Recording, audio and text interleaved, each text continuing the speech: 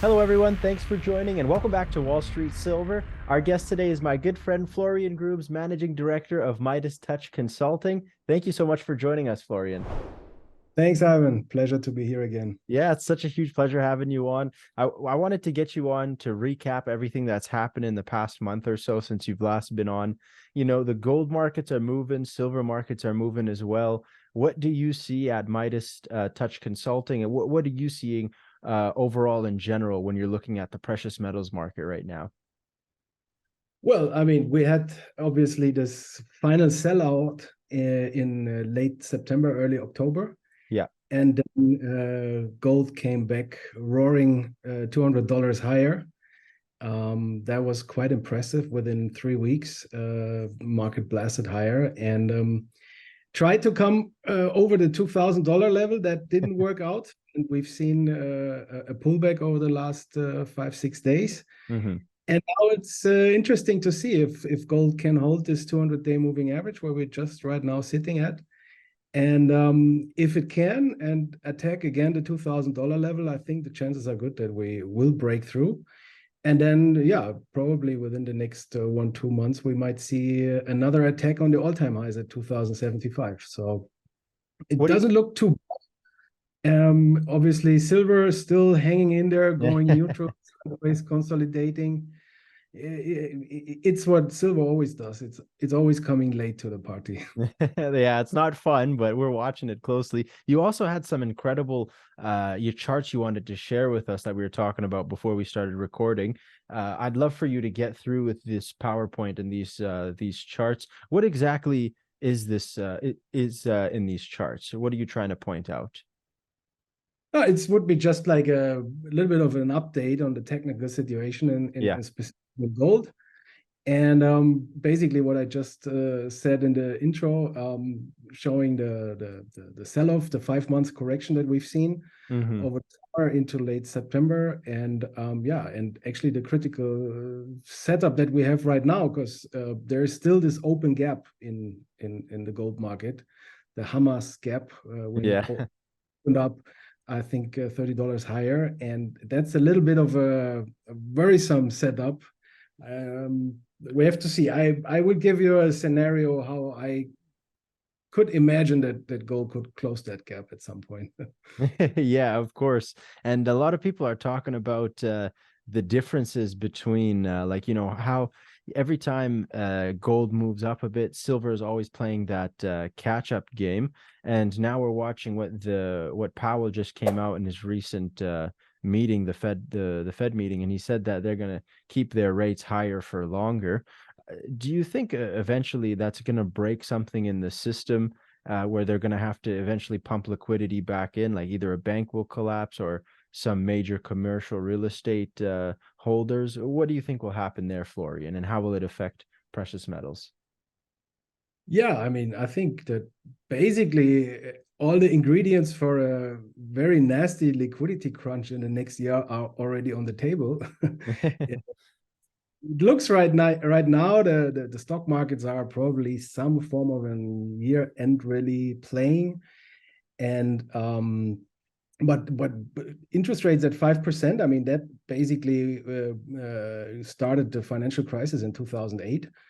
More and more people realizing, why should I take a risk in stock or other Right. speculations if I can get 5% in bonds and treasuries. So and I mean, there was just recently another bank going bust. It was not much Yeah. reported, but it's just a week ago. Yeah, I've heard about that. What's the name of It that was bank? Citizen Bank. So Citizens Bank, yeah. yeah, I think it's going to be interesting. Starting January, we will see more and more the effects of these high interest rates and the tightening.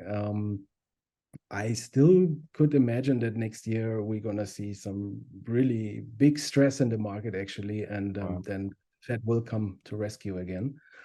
But we have to see. I mean, right now it seems like the market's hovering along, and the typical correction in the summer, in August and September, it seems to be done for now.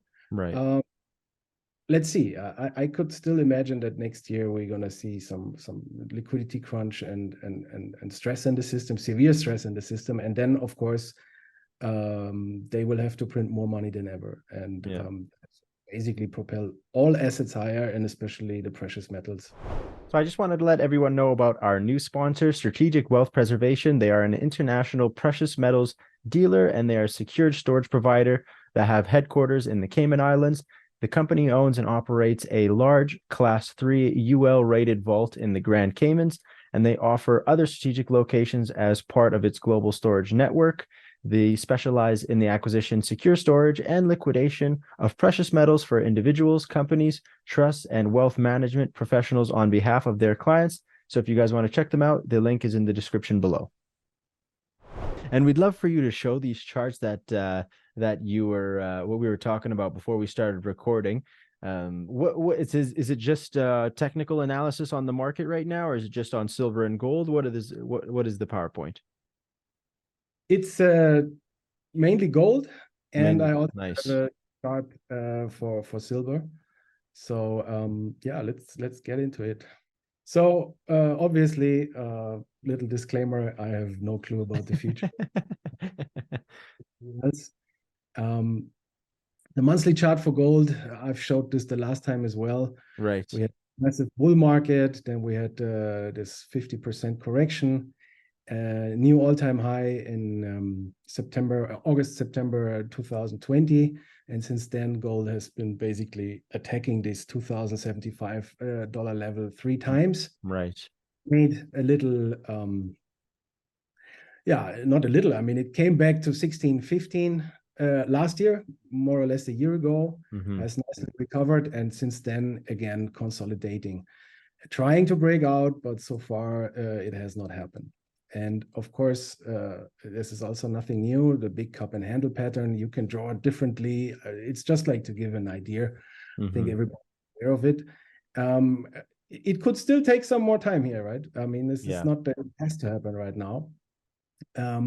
But again, the important part of it is that once we break out, this is the depth of the cup, right, and breakout level, and that should take gold to probably $2,800, $3,000 at some point. But there'll be some kickback down even if you break out at that line, right? Right. So the initial breakout probably will propel gold like maybe, I would say 2, 3, probably $500 higher, and then we get a pull to the breakout level. And that actually would be the best buying opportunity, because you have a confirmed breakout, a pullback towards the breakout level, and that's basically where you have the best risk reward. Wow. Because you have a confirmed pattern, right? We are not there yet. We are very likely here at this orange circle at the moment. And again, at some point, if the breakout comes and then the pullback, that would be a really good buying opportunity. Right. And this is the chart I showed the last time, if you remember. I said this kind of like bullish wedge in the making, and I thought that gold would probably have to go lower towards 1815, 1850. And then I expected a run higher. And well, what really happened is, so this is the chart from right now. This is basically this final bloodbath phase in late September. Coincidentally, or who knows why, exactly in the golden week in China, when there was no physical trading, suddenly the gold price got hammered down. And on the weekend, no border control in Israel, and Hamas is creating also a bloodbath. So that is quite questionable in my opinion. But anyway, it is what it is. So this was this kind of like tricky break through this wedge, and then the market came immediately back up. And we had this massive rally in October. And you see right now, gold has pulled back exactly to the 200-day moving average. So that should be some good support here. And I think in the short term, the downside should be very limited. But let's zoom in. So this is the low. I think it was Friday, 6th of October. And this was the top 3 weeks later. And gold went up $200, 11% in 3 weeks. I mean, that's a massive move. And it's been consolidating. It tried to break through this $2,000 level here, but it didn't manage in the end of the day. It's a strong resistance zone here, let's say 1980 to 2010 Yeah. dollar. And on the downside, you had this initial support zone. First test produced another bounce, but then this little triangle basically was a bearish formation, and gold sold off over the last 5 days. Mm-hmm. That's where we are right now, 1935-ish. Yeah. And that's exactly the 38.2% retracement of this whole move up. Plus, we're sitting at the 200 moving average. So that's pretty good support here at the 1930, 1935-ish, I would say. Absolutely. So generally, the bullish expectation will be we get a bounce maybe next week already, and then somehow gold can work its way higher again, testing again the $2,000 level. And if it manages to break through, then yes, all eyes are on the all-time highs at 2075. And it could actually happen rather quickly until the end of the year. Right. So that's the bullish expectation. If gold doesn't defend this 1930-ish kind of level, Mm-hmm. and the whole thing is delayed again, and we could then also be in for closing this gap at 1830. But this we have to see, or I show this chart here on, this is the future. So right now we have seen spot gold. The future chart shows a little bit better that we have this gap down here. So this is the gap. Right. And usually markets tend to close these kind of gaps. So that's what worries me a little bit. I feel like gold doesn't have a really good foundation at the moment, or basically standing on 1 feet and not on 2. So that's true. Let's see. I mean, we could see a continuation of this rally towards, as I just described, towards the all-time high, and maybe then the breakout. And then we come back later next year when we get this liquidity crunch. And remember 2008. I mean, I was one of them. Everybody thought you will be in safe haven with your gold and silver investments, but everything sold off in a liquidity crunch. Wow. So that could be a way to close that gap. And it would be actually probably the most painful way that the market can run up, running now towards maybe 2,500 and then coming back to 1830. But because people would need that liquidity, so they'd sell off, right? Yeah, it's always the same, right? And the precious metals are now not able to rally if there's no liquidity in the market. It's just too many Interesting margin calls having to sell. I mean, that's something that you actually see right now as well. What I hear from dealers, lots of people have to sell their physical gold and silver because they need to pay other stuff. Yeah, that's interesting. So we have this open gap here in the futures chart. You can see it. Right now, gold has nicely pulled back into the support zone here, the future. It has to hold, I think that would be good. And then we're in probably for a nice rally over the next 2-3 months, because usually mid-December towards January, February, that's the best time for the precious metals. And that's also then January, February is also very good time for the mining stocks. So that's basically the situation.